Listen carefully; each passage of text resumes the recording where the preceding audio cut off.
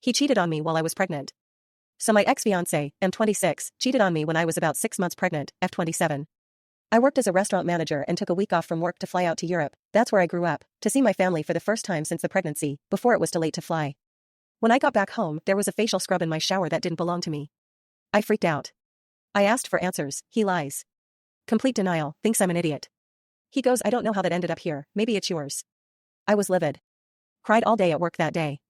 Asked again at night and he starts yelling at me about how I don't trust him. Don't forget I'm pregnant as f here and he's putting this on me. Baffling.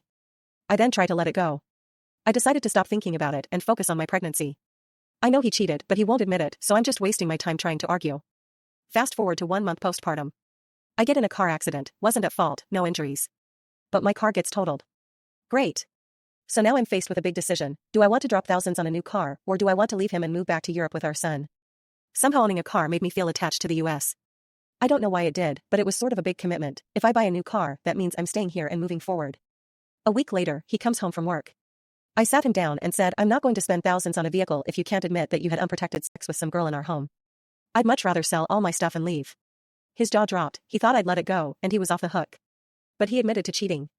FYI, I had a fragile cervix during pregnancy, which caused heavy bleeding during intercourse, had to go to the ER twice, and had horrible nausea the entire time. So yeah, sex drive wasn't the best, but I still tried.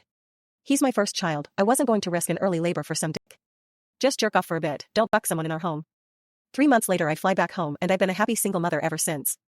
Best decision I ever made. I'm really proud of myself for leaving. I don't think I deserve to be with someone who would betray me when I need them the most in such a horrible way. I think cheating in your home is 10 times worse. Yes, he is the father of my child and I won't come between them, but I'm glad I left him. He gave me the most beautiful gift anyone has ever given me, but he lost all of my respect after that.